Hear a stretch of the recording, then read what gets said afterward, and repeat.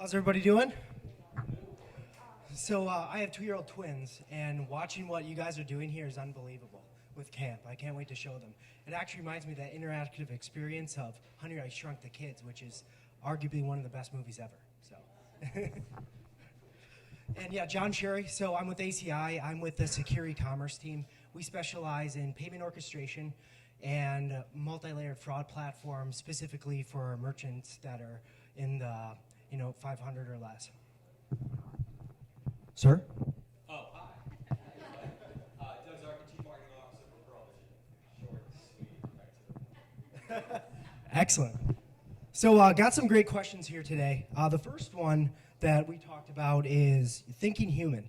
So the spin on this is, a customer experience is very personal. And what are steps retailers are taking to connect with their customers through the buyer's journey, online and in store? So consumer experience, customer experience is something I think we spend a disproportionate amount of time talking about as marketing leaders, and rightfully so. The single biggest dynamic change that we're all facing is when it comes to thinking human, there's an expectation that your customer is actually going to behave humanely. You're seeing it in airports, you're seeing it in restaurants, you're seeing it in the neighborhood hair salons.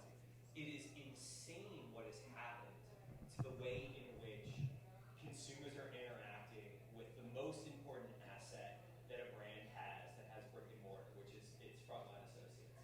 It is insane to try to behave humanely and create an amazing patient experience when somebody is acting completely irrational. So what do? You do have to think human.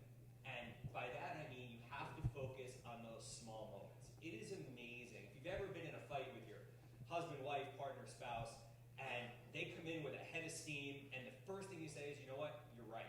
It takes all of the energy out of the argument, right? It's similar to what should happen at brick and mortar, which is taking the notion of the adversity that now exists, saying, you know what, you're right. There's something we didn't do well.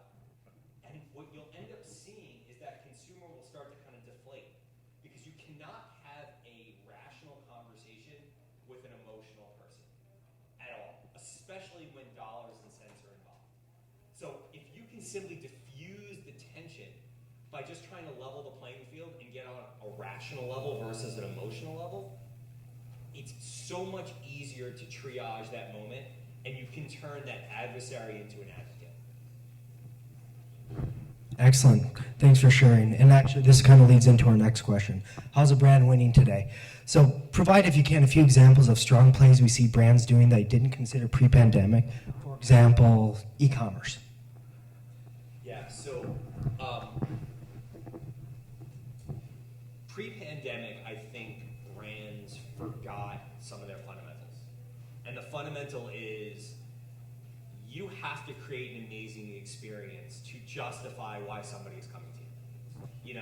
10 years ago, 5 years ago, the drama at conferences all like this were, is Amazon killing retail? Amazon did not kill retail. Amazon killed shitty retail. I'll say that again. The Amazon gods heard. Amazon killed shitty retail. Sorry. Are we good? Yeah. That's a lot. That's a lot of me, and that's still a lot of me. All right, we good? No, we're not good. All right, I'll talk over here. I'll do a whole Michael Bolton thing, very far away.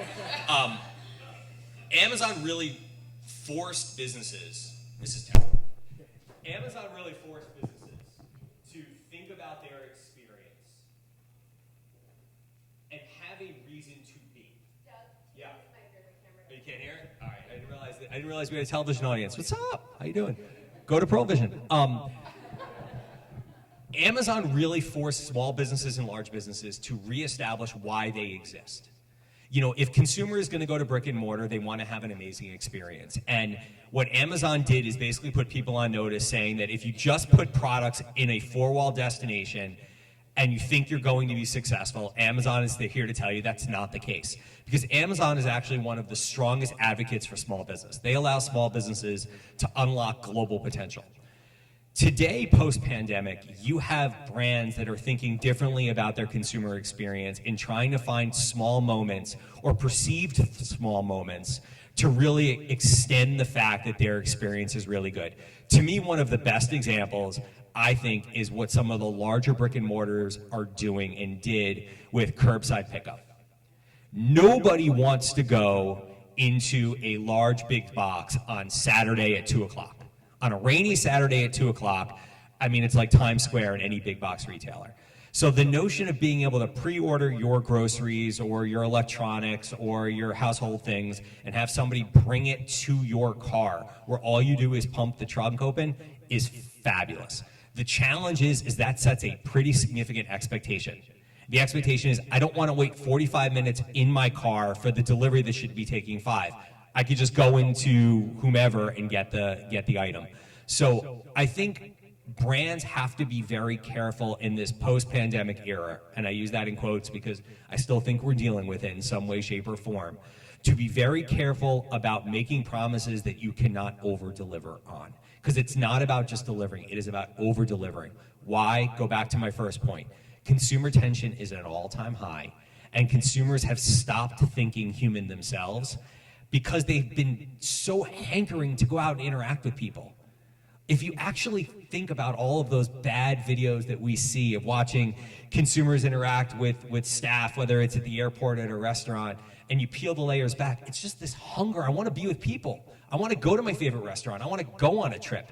So it has the best intent, but best intents can often go awry when emotions aren't kept in check. And when you promise something really big and you don't deliver it, you're going to get nowadays an incrementally large response. Thanks, Doug. Next question is, I'm going to pivot a little bit. So around different communities in particular, we talked about this a little bit. How is Pearle Vision succeeding, for example, the Hispanic community? Yeah, so I'm going to take the mic back because the studio audience is watching. So the U.S. Hispanic community, largest minority community in the United States, unfortunately, genetically has a high predisposition for undiagnosed vision care issues. 1 out of every 4 general market kids, school-age kids, has an undiagnosed vision issue. For the Hispanic community, that number drives up to 40%. That's crazy talk. So what does a brand like Pearle do? Well, the first thing that we do is we let members of the community know that we have associates that are bilingual. Okay, because especially for the older generation, there may be a greater degree of comfort communicating with a doctor or an eye care expert in Spanish versus English.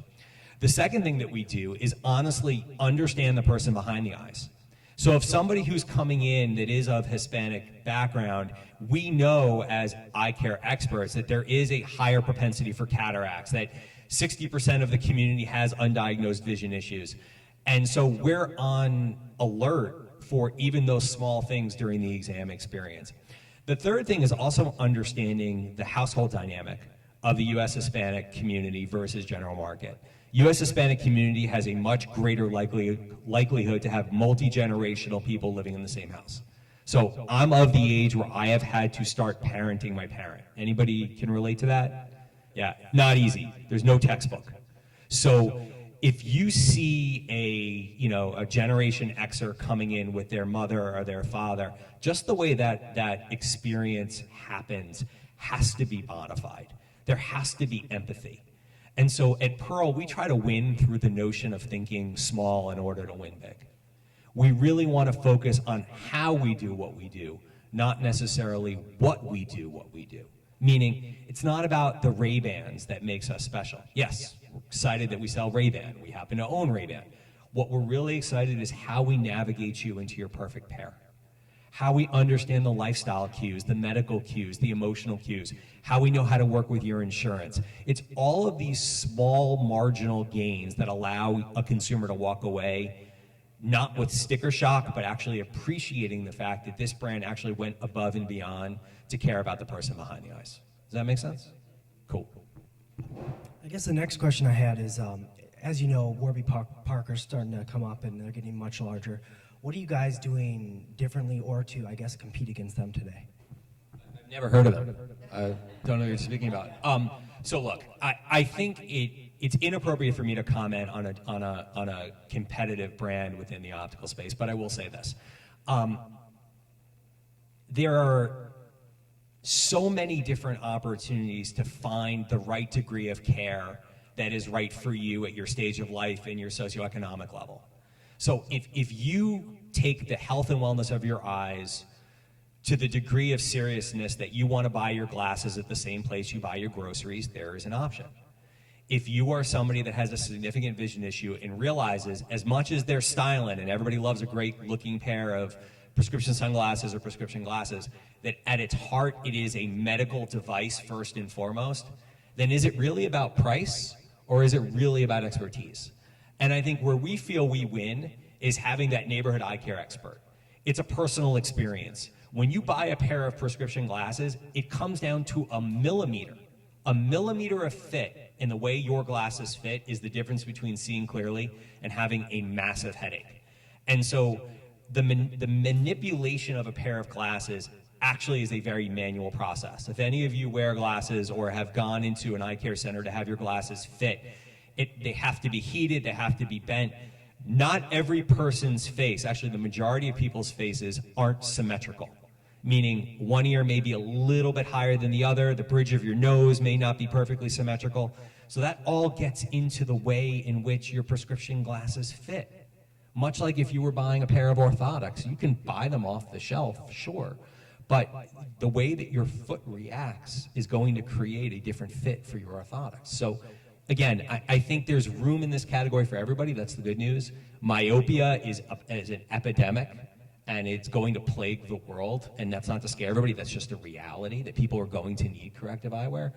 But, you know, there's different strokes for different folks. Thank you. And I'm moving over to Pearle Vision, just so you know. You got my vote? Thank you. Last question I had was, could you describe one of the best marketing campaigns you've done, and possibly the worst one as well? So I think the best campaigns that I've had the privilege to work on are the ones where, as a team, we seize the opportunity. You know, I think one thing that they don't necessarily teach you in business school, and they certainly don't teach you early on in your career, is that everybody wants to be a leader. Everybody wants to be promoted until you actually have to have the challenge of leading, right? It is no fun to lead up the mountain. When you get to the top, you only have to take a selfie. It is much more fun when the group comes with you, when you can drive the journey, so that when you get to the top of the mountain, it's a team picture. And I honestly think the work that we've done at Pearle to really differentiate and restore the power of this iconic brand, for 20 years, this brand was operating, and the way it was making its business was through buy one, get one free. Yet this brand was started by a doctor who had an unmatched commitment to care. It was kind of like a beautiful house that was really poorly decorated. And I've had the pleasure for the last 10 years of redecorating this house, taking the bones of the business, which were phenomenal, and just ensuring that consumers like you out there in TV land, understand why we exist. And so I think our focus on small moments, our understanding that people want to be cared for as human beings, not numbers on an Excel chart, not quantitative statistics. All that stuff is super important. But what's even more important is that when you are being serviced by somebody in one of our eye care centers, we're looking at you. We're talking to you. We're listening to you. It's the same thing in the exam room. Doctor quality isn't just about having the best equipment that money can buy. It is about caring about the person behind the eyes, explaining what's going on in the exam experience, asking questions of the patient, and then most importantly, asking the patient, do you have questions for me? I mean, how many times have we been to a doctor, whether it's an optometrist or ophthalmologist or a dermatologist or whatever, and at the end of the day, you're in and out in 5 minutes, and you're like, but I want to show you this thing on my foot. And we try to make the experience collaborative so that, you know, before that doctor walks out of the exam lane, do you have any other questions for me? Do you understand what I'm doing? Do you understand why I'm doing it? Creating a good, strong relationship in the chair is good business, because that handoff from the exam room to the retail floor is so incredibly important. Because once somebody goes to buy that pair of glasses, we don't want this business to become commoditized. We want it to still be about same high quality care. That's what really differentiates us. Excellent, thank you very much. Any audience questions? We do have some questions. Well, I have one selfishly, like I said, I get to do that. So I'm curious for you, when you reference, like Pearle Vision, you've got Ray-Ban, you've got these different brands. Do you see a lot of overlap in the customer, or is your goal to think about how do we continue, or are they very different for each? I'd love to hear a little bit about your customers. Yeah, so in terms of finding that perfect pair, it does start out with some lifestyle questions. So like, for example, if you are somebody who needs to wear glasses every single moment of every single day, or else you're going to bump into walls or drive into walls, worst comes to worst, we're going to want to find a frame for you that is potentially lightweight. So maybe we'll start talking to you a little bit about brands like Oakley that have titanium frames that are lighter on your face. We're also going to start talking to you about a certain type of lens. So there's a certain type of lens called the photochromatic, which goes from clear into prescription sun, same pair. Because if you're wearing your glasses inside and outside, you probably don't know this, but your eyes can actually get a sunburn. It's nasty. It's called photokeratosis, and it's like the white of your eyes get bright red, and junk starts to come out. It's gross. So that navigation actually starts from the point of how bad is your prescription, and what are some things? Are you a runner? Are you an athlete? Then really the fun comes in, which is, are you looking to make a statement? Do you want a bold color? Do you want a bold shape? I mean, there's some science to it. Certain face shapes fit certain frames better. But it really does become much like marketing, an art and a science to find somebody in that perfect pair. The most important thing we can do is to guide you, not sell you. Somebody who's guiding you on a tour, you are part of that tour. You have the ability to ask questions. You feel involved. Somebody who's selling you, you all of a sudden get the bill for $1,200. You're like, where did that come from? We want to avoid that. So it's much more in the how that allows us to segment. There is segmentation, like we have a significant percentage of our consumers that wear multifocal lenses because we tend to skew a little bit older. We do pretty well with selling second pairs. We can do a better job because we're trying to educate consumers about the power of prescription sun. And then most striking is just our kids business, which is something we've invested pretty heavily in because, again, 25% of school-age kids have an undiagnosed vision issue. And the pandemic made it worse because the number one person who diagnosed a vision issue in children is teachers. Exactly. And the reason why a teacher can notice is because the child is squinting to see the board or has the book up to their face. In a virtual teaching, you can fake it. Virtual teaching also meant the strain of the eyes with blue light. So the pandemic was good for our business and not good for our business, but most importantly, I think we're prepared to handle the business today. Go ahead, yes. And will you please say your name and who you're with? Yes, I'm Ariel. I'm with Innovators. Nice to see everyone here. So a lot of your success obviously is within the experience, but what are the tools you're giving to the workers, the doctors, to set them up for that success? So for those in TV land that couldn't hear the question was, what are we doing, what tools are we doing in our four-walled eye care center experience to enable our eye care experts to focus more on the how? I'm paraphrasing. A lot of things. So one of the things that we just put in place is something called digital measurements, which is a device that allows you, when you buy a pair of prescription glasses, it actually measures digitally, much like if you remember the Terminator when he was scoping out his targets. It allows us to measure the DP, which is where the pupil sits in the lens, as precise as it could possibly get. We have endless aisle capabilities where if for some reason the 1,400 frames that we have on the wall on average, you can't find something, there's a whole bunch of others through an iPad app that we have. We have lens tools, lens simulators. So if you want to understand why you should upgrade to a high definition lens, we can show you the effect that high definition lens has on things like your peripheral vision. So there are a number of tools, but the key thing, and I think it's a really good point, is these tools have to allow the associate to create a more personal experience. They are not there for the person to find it on their own.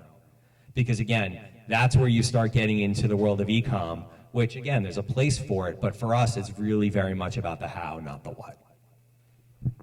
In the back. Amy Moss with brand Innovators also.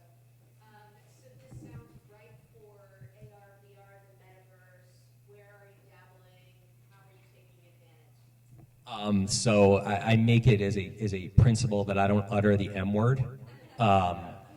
Look, I think we have enough challenges in the real world right now and not the virtual world. I think for us, we are dealing at its core with a medical issue.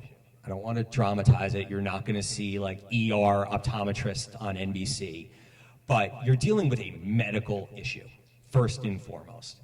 And so for us, we are very much focused on today. There is nothing like trying on a pair of glasses live. It's because it's not just about shape. You may not know how heavy it is. You may not know how it feels. Different acetates have different weights. So for us, we're really focusing on right now. Where we are exploring significantly is in our media selections. Our friends at M have made it a little bit more challenging for us to deliver the kind of results that we historically have. And so we have had to pivot to figure out other ways in which to drive patient volume. One of the things that I love that we're doing is our online patient scheduling. You can go on to pearlevision.com, or for the US Hispanic community, es.pearlevision.com, and find your neighborhood eye care center and schedule your appointment right online. So that when you make that intentional trip to brick and mortar, you know it's 11:30 on Thursday with Dr. Fred, and you're there. That is something that we invested in pre-pandemic, and now about 1 out of every 3 exams scheduled occurs through our online portal. Hi. Joshua Pearson from Metria. You mentioned a lot about undiagnosed kids. Yeah. Do you market to, and how do you market to undiagnosed adults that you group? Yeah, so the question is there's a lot of good data about undiagnosed kids. How do we reach undiagnosed parents? It's very challenging. The bulk of our marketing efforts are really focused on making people aware that they may have a vision acuity issue. It could be from, I missed the exit sign driving down the highway, or my eyes are really tired, or I'm tired of squinting. Through our marketing, we really focus almost entirely on education. Do we have to sell the category in order to sell us? A little. But we have the right to do that because we are a brand founded by a doctor. I forgot to mention 85% of our locations are franchise owned, and the majority of those franchisees are eye care experts. So we have the right, we have the territory, we have the permission from the consumer to talk about eye health. And then it's really just about repetition, because best case scenario, I get you in once a year. Best case. Most likely I'm getting you in every 14 to 18 months. Unless you're a contact lens wearer, then it's more frequent. Great question. Were there any others? Hi. Wait, and I know, see, you're a frequent flyer, but earlier I forgot to make you say who you are and where you're from. So, who are you? Where are you from? No wonder you have so many questions. Get wiser. Nice person. So I'm not really, where I live, there's a lot of your stores that are mall-based stores. What is your composition? Is it mall-based stores or No, we are. So the question was, all right. community-based, or what is your business? Small stores, stable stores, community, mall-based? So the question was really about lay out your retail strategy, your brick and mortar strategy. Here's what I'll say. The majority of our locations in the U.S. are in lifestyle centers or strip centers because we are a neighborhood business. One of the key principles of our marketing is we call it winning the 9-mile war. 70+% of our patients live within 9 miles of one of our eye care centers. We are owned and operated by people that live in the communities. So you will find us down the street around the corner. We are more Main Street than Madison Avenue. In fact, I think outside of Chicago proper, the majority of our locations are in the suburbs. That differs a little bit when we go to Canada, which just by the nature of that market is a little bit more mall-based. But here it is almost entirely strip centers and lifestyle centers and some freestandings because we want to be that neighborhood destination. And it is 100% about the community. National brand, local focus, really creating those strong connections. Great question. And I have one more quick one, follow-up, if you don't mind. When you envision it, Doug, are you looking at a brand story that's all under this, hey, Pearle Vision, and you hope that people know that you own Ray-Ban and you name it? Or obviously you're all in the umbrella, but they've got very different kind of stories and brands that you're trying to come to. So when I say we own Ray-Ban, the parent company that owns Pearle Vision, EssilorLuxottica, owns Ray-Ban, Oakley, Lens Crafters, Target Optical. I mean, it's a big portfolio company. For us, it is really about the brand Pearle. That's That's who we are. That's how we do our business. The what, in terms of selecting the product, really happens in the four-walled experience. Do we market frame brands? Absolutely. Do we market lens brands? Absolutely. However, the choice of coming to Pearle is best made based on the quality of care that you're going to get. If 1 out of every 2 pairs of sunglasses in the world sold is a Ray-Ban, the fact that we carry it isn't necessarily a true differentiation point.